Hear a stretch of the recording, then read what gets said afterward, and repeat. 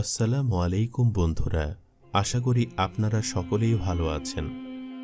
বন্ধুরা, আজকের ভিডিওতে আমি আপনাদেরকে বলবো হযরত ইউনূস আলাইহিস সালাম ও পৃথিবীর সবথেকে নেক আমল করা এক ব্যক্তির বিস্ময়কর ঘটনা। ঘটনাটি জানতে হলে অবশ্যই পুরো ভিডিওটি শেষ পর্যন্ত দেখার অনুরোধ রইল। আশা করি আজকের ভিডিওটি আপনারা অনেক উপভোগ করবেন। কথিত আছে, একবার হযরত ইউনূস আলাইহিস সালামের কাছে হযরত জিবরাইল আলাইহিস সালামকে এসে উপস্থিত হলেন।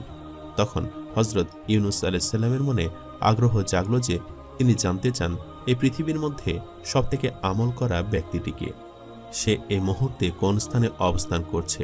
তখন হযরত ইউনূস আলাইহিস সালাম জিবরাইল আলাইহিস সালামের উদ্দেশ্যে বলতে থাকে, হে আল্লাহর ফেরেশতা জিবরাইল, তুমি তো সবসময় আমার কাছে ওহী নিয়ে নাজিল হও, তবে আজ আমি তোমার কাছে একটি বিষয় জানতে চাই।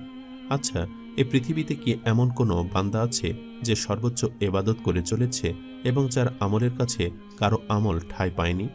এই পৃথিবীতে এমন কি কোনো ব্যক্তি আছে যার আমল পৃথিবীর সব মানুষের থেকে বেশি? তখন জিবরাইল আলাইহিস সালাম ইউনূস আলাইহিস সালামের উদ্দেশ্যে বলতে থাকে, হে আল্লাহর নবী ইউনূস, আল্লাহ তাআলা মানুষকে পাঠিয়েছেন শুধুমাত্র তার ইবাদত করার জন্য। মানুষ পাপ করবে, এমনটাই স্বাভাবিক। এর পাশাপাশি মানুষের উচিত আল্লাহর কাছে তওবা করে নেওয়া। আপনি আমাকে যে প্রশ্নটি করেছেন, আমার মনে হয় সে প্রশ্নের উত্তর আমি জানি। এই পৃথিবীতে সবথেকে বেশি আমল করা ব্যক্তিটিকে হয়তোবা আমি চিনি। আপনি যদি চান তাহলে আমি তার ঠিকানা আপনাকে দিতে পারি। আপনি নিজের চোখে গিয়ে দেখবেন সেখানে কি হচ্ছে এবং কেন তিনি পৃথিবীর সবথেকে বেশি আমল করা ব্যক্তি। হযরত ইউনূস আলাইহিস সালাম তখন জিবরাইল আলাইহিস সালামের উদ্দেশ্যে বলতে থাকে, হে আল্লাহর ফেরেশতা জিবরাইল, আমি অনেক আগ্রহ নিয়ে আছি। আমি সেই ব্যক্তিটিকে দেখতে চাই। সে কি এমন আমল করে যার কারণে সে সবথেকে বেশি আমল করা লোকের মধ্যে অন্তর্ভুক্ত হয়েছে? আমি তাকে দেখতে চাই। তুমি দয়া করে তার কাছে আমাকে নিয়ে চলো, তার ঠিকানা আমাকে দাও। অতঃপর জিবরাইল আলাইহিস সালাম ইউনূস আলাইহিস সালামের উদ্দেশ্যে বলতে লাগলো, হে আল্লাহর নবী, আপনি চিন্তা করবেন না, আগামীকাল আমি আপনাকে সেই ঠিকানা নিয়ে যাব। আপনি প্রস্তুত হয়ে থাকুন। এরপর দিন সকালবেলা হযরত জিবরাইল আলাইহিস সালাম ইউনূস আলাইহিস সালামকে এমন একটি জায়গায় নিয়ে গেল যেখানে একজন অসুস্থ লোক ছিল। জিবরাইল আলাইহিস সালাম ইউনূস আলাইহিস সালামের উদ্দেশ্যে বলতে লাগলো, হে আল্লাহর নবী ইউনূস, আপনি দয়া করে এখানে চুপ করে বসে থাকুন এবং এই অসুস্থ ব্যক্তিটি কি করছে তা আপনি পরিদর্শন করুন। ওই অসুস্থ ব্যক্তির গায়ের শরীর এতটাই পচন হয়ে গিয়েছিল যে দেখে মনে হচ্ছিল তার শরীরটা যেন জ্বলে গেছে। অসুস্থ ব্যক্তিটি সারাক্ষণ বসে বসে আল্লাহর জিকির করছে এবং বলছে, আল্লাহ তুমি সর্বশক্তিমান, তুমি আমার শরীরের যে অবস্থা করেছ তাতে আমার কোনো দুঃখ নেই। আমি তবু তোমার কাছে শুকরিয়া আদায় করি, কারণ তুমি আমার নিঃশ্বাসটুকু এখনো পর্যন্ত রেখেছ। তোমাকে ডাকার তৌফিক আমার এখনো আছে। তখন হযরত ইউনূস আলাইহিস সালাম দূর থেকে এই দৃশ্য দেখছিল এবং জিবরাইল ফেরেশতার উদ্দেশ্যে বলতে লাগলো, হে আল্লাহর ফেরেশতা জিবরাইল, আমি তো কিছুই বুঝতে পারছি না, এই অসুস্থ লোকটি কি করে পৃথিবীর সবথেকে আমল করা লোকের মধ্যে অন্তর্ভুক্ত হয়? সে তো একজন অসুস্থ লোক। সে কি এমন আমল করছে যার কারণে তার এত মহান মর্যাদা? বরং পৃথিবীতে সবথেকে বেশি আমল করা ব্যক্তি তো তারাই হবে যারা আল্লাহর ওলি, কামিল কিংবা ইমাম। তার তো কোনো আমলই আমার চোখে পড়ছে না। সে কি করে পৃথিবীর সবথেকে বেশি আমল করা লোকেদের অন্তর্ভুক্ত হতে পারে? তুমি আমাকে বিষয়টা বুঝিয়ে বলো। তখন হযরত জিবরাইল আলাইহিস সালাম ইউনূস আলাইহিস সালামের উদ্দেশ্যে বলতে লাগলো, হে আল্লাহর নবী, আপনি একটু ধৈর্য ধরে আর একটু লক্ষ্য করে দেখুন সেই অসুস্থ ব্যক্তিটি কি করছে। সে ব্যক্তিটি এতটাই অসুস্থ ছিল যে একটু পর আল্লাহর হুকুমে হযরত জিবরাইল আলাইহিস সালাম তার চোখের দৃষ্টিও কেড়ে নিয়েছিল। তখন সেই অসুস্থ ব্যক্তিটি বলতে লাগলো, হে আল্লাহ, তুমি আমার চোখের দৃষ্টি কেড়ে নিয়েছ, এটা তো তোমার ইচ্ছা। আমি সন্তুষ্ট হয়েছি, তুমি আমার চোখের দৃষ্টি কেড়ে নিয়েছ। আমি তাও আমার অবস্থার উপর শুকরিয়া আদায় করি, আলহামদুলিল্লাহ। হে আল্লাহ, যতক্ষণ পর্যন্ত তুমি আমার দেহে আমার রূহটুকু রাখবে ততক্ষণ পর্যন্ত আমি তোমার কাছে শুকরিয়া আদায় করে যাব, কারণ আল্লাহ, আমি এখনো পর্যন্ত এই জীব দিয়ে তোমাকে ডাকতে পারছি, আর তার জন্য আলহামদুলিল্লাহ। তখন হযরত জিবরাইল আলাইহিস সালাম সেই মুমিন ব্যক্তির কাছে এসে উপস্থিত হলো এবং তার উদ্দেশ্যে বলতে লাগলো, হে জিবরাইল, তুমি চাইলে আমি এক্ষুনি তোমাকে আগের মতো সুস্থ করে দিতে পারি, তোমার গায়ের পচন সারিয়ে দিতে পারি, তোমার চোখের দৃষ্টি ফিরে দিতে পারি, তোমাকে সম্পূর্ণ সুস্থ করে দিতে পারি। তুমি কি চাও আমি তোমাকে সুস্থ করে দেই? তখন অসুস্থ সেই মুমিন ব্যক্তিটি জিবরাইল এর উদ্দেশ্যে বলতে লাগলো, হে আল্লাহর ফেরেশতা জিবরাইল, আপনি আমার এই দুর্দশা দেখে এসেছেন, তার জন্য আমি সন্তুষ্ট, কিন্তু আল্লাহর ইচ্ছাতে আমার এই অবস্থা হয়েছে। আল্লাহ নিশ্চয়ই আমার এই পরিণতির পেছনে আমার জন্য ভালো কিছু পুরস্কার রেখেছেন, আর আমি বিশ্বাস করি আমার মৃত্যুর পর আল্লাহ তাআলা আমাকে সে পুরস্কার দান করবেন, আর সেই পুরস্কার হলো জান্নাত। সুতরাং আমি চাই না আপনি আমাকে সুস্থ করে দিন। আমি যে অবস্থাতে আছি আমি আল্লাহর শুকরিয়া আদায় করে যাব। আমি এখনো আল্লাহর শুকরিয়া আদায় করছি, আলহামদুলিল্লাহ। অতঃপর হযরত জিবরাইল আলাইহিস সালাম আবারও হযরত ইউনূস আলাইহিস সালামের কাছে চলে আসলো এবং তার উদ্দেশ্যে বলতে লাগলো, হে আল্লাহর নবী, এবার কি আপনি বুঝতে পেরেছেন সে কেন পৃথিবীর সবথেকে বেশি আমল করা ব্যক্তির মধ্যে অন্তর্ভুক্ত হয়েছে? দেখুন সে যে অবস্থায় আছে সে আল্লাহর কাছে শুকরিয়া আদায় করছে, আর এর থেকে সব থেকে বড় আমল আর কি বা হতে পারে? আল্লাহ তাআলা তখনই একজন বান্দার ওপর সব থেকে বেশি সন্তুষ্ট হন যখন সে তার অবস্থার ওপর আল্লাহর কাছে শুকরিয়া আদায় করে, আর এটি আল্লাহ খুব পছন্দ করে। তখন হযরত ইউনূস আলাইহিস সালাম জিবরাইলের উদ্দেশ্যে বলতে লাগলো, হে আল্লাহর ফেরেশতা জিবরাইল, আমি অবশ্যই এবার পুরো বিষয়টি বুঝতে পেরেছি। সে যেহেতু শুকরগুজার, অল্পতে সন্তুষ্ট, অনেক কষ্টের পরেও সে আল্লাহর শুকরিয়া আদায় করছে, তাই সেই পৃথিবীর সবথেকে বেশি আমল করা ব্যক্তিদের মধ্যে অন্তর্ভুক্ত হয়েছে। যে ব্যক্তি তার কষ্টের সময় আল্লাহর কাছে তার অবস্থার জন্য শুকরিয়া আদায় করে, আল্লাহ তাআলা তাকে উত্তম কিছু দান করেন। শুকরিয়া হলো মূলত আল্লাহর প্রশংসা করা। আল্লাহ তাআলাকে চেনা ও জানা দ্বীনের মূলনীতি। স্বয়ং আল্লাহ তার বান্দাদের কাছে নিজের নাম ও গুণাবলীর পরিচয় দিয়েছেন। পবিত্র কোরআনে হালাল হারাম সম্পর্কিত আয়াতের তুলনায় আল্লাহর নাম, গুণাবলী ও কর্মগুলো সম্পর্কিত আয়াতের সংখ্যা অনেক বেশি। আল্লাহর অন্যতম গুণবাচক নাম হচ্ছে আল হামিদ, অর্থ সর্বময় প্রশংসার অধিকারী। এ নামে এমন কিছু গুণ ও প্রশংসার উপকরণ রয়েছে যা তার প্রশংসনীয় হওয়ার দাবি রাখে। এমনকি যদি তিনি ছাড়া অন্য কেউ তার প্রশংসা না করে তবুও তিনি কোরআনে এ নামের সঙ্গে পরাক্রমশালী, অভিভাবক, মহিমান্বিত, অভাবমুক্ত ও প্রজ্ঞাময় বিশেষণ যুক্ত করেছেন। আল্লাহর প্রশংসা বলতে তার প্রতি ভালোবাসা, ভক্তির সঙ্গে তার পরিপূর্ণ গুণাবলী ও সম্মানজনক বৈশিষ্ট্যসমূহ উল্লেখ করার মাধ্যমে তার গুণ কীর্তন করা এবং তার সৌন্দর্য সম্পর্কে সংবাদ দেওয়াকে বোঝায়।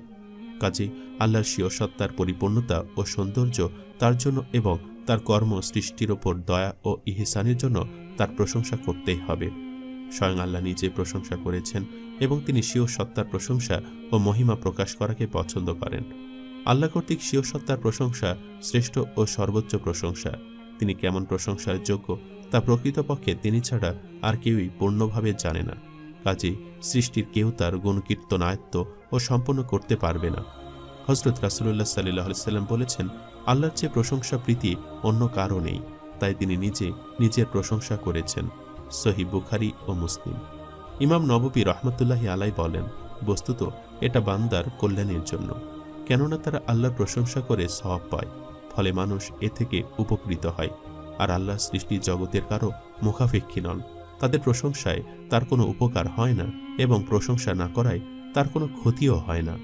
স্বীয় প্রশংসা ও মহিমা উল্লেখ করে আল্লাহ কোরআনের 5টি সূরা আরম্ভ করেছেন। সেগুলোতে তিনি সংবাদ দিয়েছেন, তিনি আসমান ও জমিন সৃষ্টি করেছেন, কিতাব নাজিল করেছেন, রাসূল প্রেরণ করেছেন।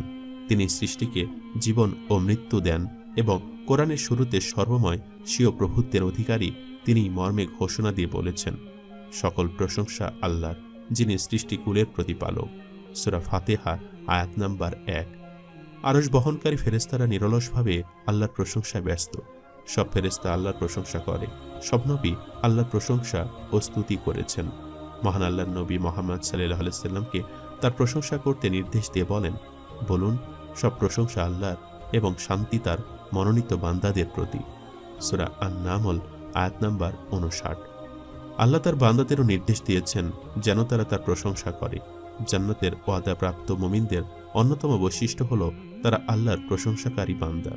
এমনকি বজ্রধ্বনিও আল্লাহর স্বপ্রশংসা পবিত্রতা ঘোষণা করে এবং ফেরেশতারাও তাই করে তার ভয়ে। প্রত্যেক কাল ও স্থানে তার প্রশংসা ও গুণ কীর্তন বিদ্যমান। আসমান, জমিন ও এ দুয়ের মধ্যবর্তী সবকিছু আল্লাহর প্রশংসায় পরিপূর্ণ। সৃষ্টির জগতে যা কিছু আছে সবই আল্লাহর প্রশংসা করে ও পবিত্রতা বর্ণনা করে। এ প্রসঙ্গে আল্লাহ বলেন, সাত আসমান ও জমিন এবং এগুলোর অন্তর্বর্তী সবকিছু তারই পবিত্রতা ও মহিমা ঘোষণা করে এবং এমন কিছু নেই যা তার প্রশংসা, পবিত্রতা বর্ণনা করে না, কিন্তু তাদের পবিত্রতা ও মহিমা ঘোষণা তোমরা বুঝতে পারো না। সূরা বনী ইসরাঈল আয়াত নাম্বার 44। আল্লাহর প্রশংসা একটি গুরুত্বপূর্ণ জিকির যা আল্লাহ পছন্দ করেন। তাই বান্দা রাত দিন যেসব কথা বলে তার মধ্যে আল্লাহর প্রশংসামূলক জিকির থাকা অধিক হকদার ও জরুরি। রাত দিনের কোনো সময় যেন এমন জিকিরবিহীন না কাটে। দিনের সব বিষয় তাওহীদ বা আল্লাহর একত্ববাদ ও হামদ বা প্রশংসাকে কেন্দ্র করে পরিচালিত। ইবাদত বন্দিগির মধ্যে বিশেষ করে নামাজকে প্রশংসা করে শুরু করা বান্দার জন্য আল্লাহ বৈধ করেছেন। হজ সম্পাদনের সময়ও হজরত রাসূলুল্লাহ সাল্লাল্লাহু আলাইহি সাল্লাম অধিকাংশ ক্ষেত্রে আল্লাহর গুণ কীর্তন করতেন। হজের তালবিয়াতেও আল্লাহর একত্ববাদের ঘোষণা দিয়ে বলা হয়, নিশ্চয়ই যাবতীয় প্রশংসা, নেয়ামত ও রাজত্ব একমাত্র আপনারই। সহিহ বুখারী জুমার খুতবা, ঈদের খুতবা এবং ইসলামী মাহফিল সহ আরও অন্যান্য গুরুত্বপূর্ণ বৈঠকের শুরুতে আল্লাহর মহিমা প্রকাশ করে শুরু করা হয়। আল্লাহর প্রশংসা ও তার গুণ কীর্তন বিবেক বুদ্ধিকে স্পর্শ করে। জিকিরের মজলিসসমূহ যেখানে আল্লাহর গুণ কীর্তন করা হয় সেখানে ফেরেশতারা উপস্থিত হন। তারপর তারা আল্লাহকে সংবাদ দেন, তারা তোমার তাসবিহ, তাকবীর, তাহলিল ও তাহমিদ পাঠ করছে এবং দোয়া করছে, ফলে এ কারণে তাদের ক্ষমা করে দেওয়া হয়। সহিহ বুখারী। যে দোয়ার শুরুতে আল্লাহর প্রশংসা করা হয় তা কবুল হওয়ার অধিক উপযোগী। নবী করিম সাল্লাল্লাহু আলাইহি সাল্লাম বলেছেন, তোমাদের কেউ যখন দোয়া করে তখন সে যেন আল্লাহর প্রশংসা ও গুণ কীর্তন দিয়ে শুরু করে। সুনানে তিরমিজি। আল্লাহর প্রশংসা যেমন বান্দার ইবাদত সমূহের সঙ্গে সম্পৃক্ত, তেমনি তা বান্দার প্রত্যেক অবস্থার সঙ্গী। যে ব্যক্তি হামদ পাঠে নিজের জিহ্বাকে একবার নাড়াবে, এতে সে প্রতিবার তাহমিদ পাঠের বিনিময়ে ধন সম্পদ সদকা করার সমান সওয়াব পাবে। হযরত রাসূলুল্লাহ সাল্লাল্লাহু আলাইহি সাল্লাম বলেছেন, প্রতিটি তাহমিদ তথা আলহামদুলিল্লাহ বলা একটি সাদকা। সহিহ মুসলিম। যে ব্যক্তি সর্বদা নিজেকে হামদ পাঠে ব্যস্ত রাখে সে সবার চেয়ে অগ্রগামী। আলহামদুলিল্লাহ মিজানের পরিমাপকে সওয়াবে পরিপূর্ণ করে দেয়, আর সুবহানাল্লাহ ও আলহামদুলিল্লাহ আসমান ও জমিনের মধ্যবর্তী স্থানকে পরিপূর্ণ করে দেয়। যেমনভাবে প্রত্যেক ভালো কাজ হামদ ও সানা দিয়ে সূচনা হয়, তেমনি তার সমাপ্তিতেও হামদ রয়েছে। যদি কেউ এমন কোনো বৈঠকে বসে যেখানে নানা রকম অহেতুক কথাবার্তা হয়, তাহলে বৈঠক ত্যাগের পূর্বে যদি বলে, হে আল্লাহ, আমি আপনার প্রশংসা সহ পবিত্রতা ঘোষণা করছি, আমি সাক্ষ্য দিচ্ছি আপনি ছাড়া সত্য কোনো মাবুদ নেই, আমি আপনার কাছে ক্ষমা চাইছি ও তওবা করছি, তাহলে উক্ত বৈঠকে যা হয়েছে তা ক্ষমা করে দেওয়া হবে। কোরআনে আল্লাহ তাআলা বারবার তার নিয়ামতের জন্য বান্দাদের শুকর আদায়ের নির্দেশ দিয়েছেন, অকৃতজ্ঞ ও নাফরমান হতে নিষেধ করেছেন। শুকর আদায় ঈমানের অংশ। কোরআনের একটি আয়াতে আল্লাহ তার বান্দাদের দুই ভাগে ভাগ করেছেন। এক অংশকে বলেছেন শাকির বা কৃতজ্ঞ, আরেক অংশকে বলেছেন কাফুর বা অকৃতজ্ঞ। মহান রাব্বুল আলামিন পবিত্র কোরআনে বলেন, আমি তাকে পথ দেখিয়ে দিয়েছি, হয় সে কৃতজ্ঞ হবে, না হয় অকৃতজ্ঞ হবে। সূরা দাহর আয়াত নাম্বার 3। কোরআনের আরেকটি আয়াতে শুকর আদায় করলে নিয়ামত বাড়িয়ে দেওয়ার প্রতিশ্রুতি ও অকৃতজ্ঞতার জন্য কঠোর শাস্তির ঘোষণা দিয়ে আল্লাহ বলেন, তোমরা যদি কৃতজ্ঞতা আদায় করো তাহলে আমি অবশ্যই তোমাদেরকে আরও বাড়িয়ে দেব, আর যদি তোমরা অস্বীকার করো তাহলে আমার আযাব অবশ্যই কঠিন। সূরা ইব্রাহিম আয়াত নাম্বার 7। শুকর শুধু মুখে বলার নাম নয়, অন্তরে, মুখে ও কাজের মাধ্যমেও শুকর আদায় করতে হয়। প্রকৃত শুকর হলো মুখে নিয়ামতদাতার প্রশংসা করা ও নিয়ামতের কথা স্বীকার করা, অন্তরেও নিয়ামতের কথা স্বীকার করে নিয়ামতদাতার প্রতি ভালোবাসা পোষণ করা এবং কাজে নিয়ামতদাতার আনুগত্য করা, তার নির্দেশ মেনে চলা। রাসূল সাল্লাল্লাহু আলাইহি সাল্লাম আল্লাহর ইবাদত ও শুকরিয়া আদায়ের জন্য আল্লাহর কাছে সাহায্য চাইতেন। সাহাবীদেরও তিনি ইবাদত ও শুকরিয়ার জন্য আল্লাহর কাছে সাহায্য চাইতে শিখিয়েছেন। তাই আমরা যে অবস্থাতেই থাকি না কেন, আমরা সব সময় আল্লাহর কাছে শুকরিয়া আদায় করব, কারণ শুকরিয়া করলে আল্লাহ তাআলা আমাদের নিয়ামত আরও বাড়িয়ে দেবেন। আল্লাহ যদি আমাদের উপর সন্তুষ্ট হয় তবে তিনি আমাদেরকে আখিরাত এবং পরকাল দুটি স্থানে সফল করবেন। সম্মানিত দর্শক, ভিডিওটি আপনাদের কাছে কেমন লেগেছে তা আমাদের কমেন্ট করে অবশ্যই জানাবেন, আর সবাই আমাদের সাথেই থাকবেন। আজ তাহলে এই পর্যন্তই। আপনারা ভালো থাকবেন, সুস্থ থাকবেন। আল্লাহ হাফেজ।